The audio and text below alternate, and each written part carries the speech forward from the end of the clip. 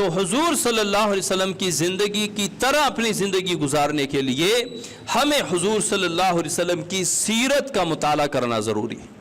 حضور صلی اللہ علیہ وسلم کی سیرت پڑھنا ضروری ہے کہ آپ صلی اللہ علیہ وسلم کا حسب نسب، آپ صلی اللہ علیہ وسلم کا خاندان، آپ صلی اللہ علیہ وسلم کی نبوت سے پہلے زندگی، آپ صلی اللہ علیہ وسلم کی جوانی، آپ صلی اللہ علیہ وسلم کی نبوت کے بعد کی زندگی، آپ صلی اللہ علیہ وسلم بطور قائد، آپ صلی اللہ علیہ وسلم بطور میزبان کیسے تھے، یہ سارا ہمیں سیکھنا ہوگا۔ سیکھ کے اس پر عمل کریں گے۔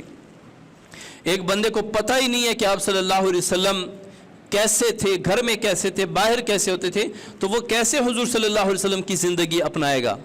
تو اس کے لیے حضور صلی اللہ علیہ وسلم کی سیرت سیکھنا ضروری ہے۔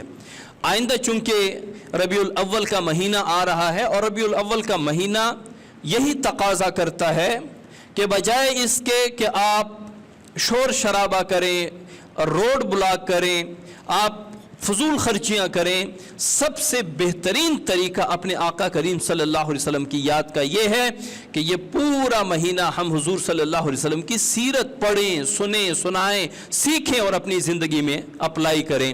انشاءاللہ العزیز آئندہ 4 جمعے حضور صلی اللہ علیہ وسلم کی سیرت پر بات ہوگی۔ بر وقت تشریف لانے کی کوشش کیا کریں۔